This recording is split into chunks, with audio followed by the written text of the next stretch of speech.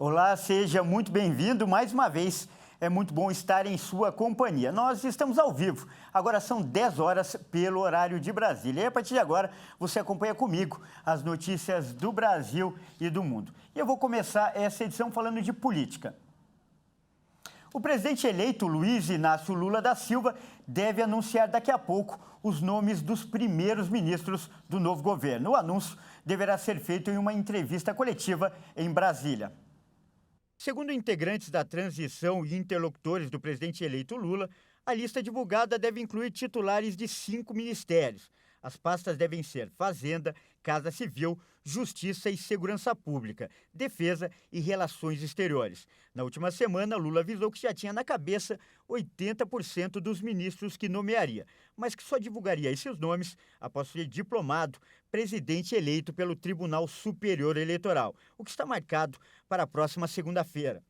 O governo eleito vem afirmando que as pastas que compõem a esplanada devem ser similares ao do seu segundo mandato, com a criação do Ministério dos Povos Originários, que é inédito no Brasil. Na transição de governo, os trabalhos foram divididos em 33 grupos técnicos, mas o governo eleito diz que nem todos devem se converter em ministérios. O nome do ex-ministro da Educação e ex-prefeito de São Paulo, Fernando Haddad, é dado como certo para assumir o Ministério da Fazenda. A pasta vai ser criada a partir do desmembramento do atual Ministério da Economia, que também deve dar origem às pastas de Desenvolvimento, Indústria e Comércio Exterior e de Planejamento, Orçamento e Gestão. Outro nome cotado é o do governador da Bahia, Rui Costa, que deve ser anunciado para comandar a Casa Civil. Para a Justiça e Segurança Pública, deve entrar Flávio Dino. O embaixador e ex-ministro Mauro Vieira é o favorito para o Ministério das Relações Exteriores. E no Ministério da Defesa, o nome quase confirmado para assumir a área é o ex-ministro do Tribunal de Contas da União, José Múcio Monteiro. Ele foi ministro-chefe da Secretaria de Relações Institucionais no segundo mandato de Lula e tem bom trânsito entre os militares. Olha, e a Receita Federal aumentou o limite de dinheiro em espécie que não precisa ser declarado em viagens internacionais. Mas é a repórter Maria Clara Leite quem traz os detalhes. O limite passará de R$10 mil para US$ 10 mil, que convertidos ultrapassam aí os R$50 mil. E até esse valor, o viajante não precisará declarar em viagens internacionais. Agora, se ele exceder esse montante, ou seja, se a pessoa estiver com valor acima desse teto, aí sim terá de declarar por meio daquela declaração eletrônica de bens de viajantes. A nova lei também prevê a exclusão de controle para o porte de cheques e cheques de viagem. O objetivo das novas regras é alinhar o controle aduaneiro com as alterações promovidas pela nova lei de câmbio e capitais internacionais, que trata do mercado de câmbio brasileiro, o capital brasileiro no exterior, o capital estrangeiro no Brasil e a obtenção de informações pelo Banco Central para a elaboração das estatísticas macroeconômicas oficiais. A nova legislação foi publicada no final do ano passado, mas passa a valer apenas a partir do dia 30 de dezembro de 2022. E a população de rua cresceu 38% no país nos últimos 3 anos. A informação é de um estudo inédito divulgado pelo Instituto de Pesquisa Econômica Aplicada.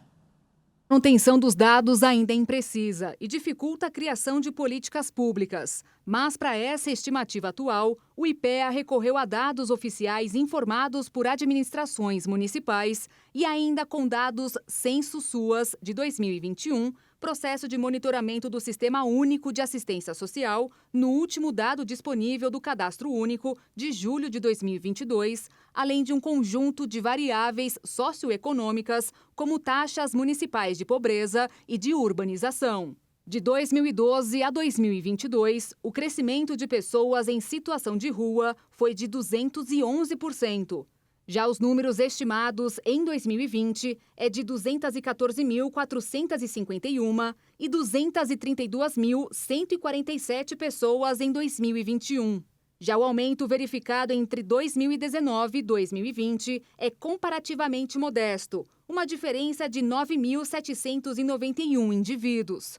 Embora a contagem oficial desse segmento esteja prevista na Política Nacional para a População em Situação de Rua desde dezembro de 2009, os censos demográficos de 2010 e de 2022, que ainda está em andamento pelo IBGE, seguiram o método tradicional de contagem, que inclui somente dados sobre a população domiciliada. E vamos falar de Copa do Mundo agora. Hoje tem jogo do Brasil na Copa do Catar. A seleção enfrenta a Croácia ao meio-dia. Vamos então conferir o que abre e o que fecha. Alguns serviços públicos, como as agências do INSS, não abrem nesta sexta. Só haverá atendimento telefônico em um esquema especial. Os bancos vão funcionar das 9 às 11 horas e depois das 13h30 às 4h30 da tarde. Os Correios vão fechar às 11 horas e depois reabrem em até 15 minutos depois do final da partida.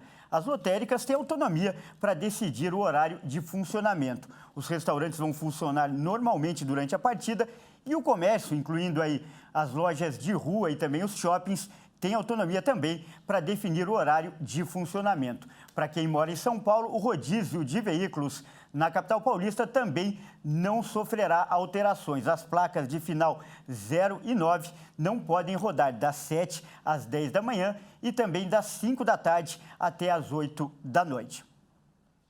E ainda falando de Copa, só que agora dentro de campo, no segundo jogo de hoje, às 4 da tarde, a Holanda enfrenta a Argentina. As duas seleções voltam a se encontrar em um Mundial.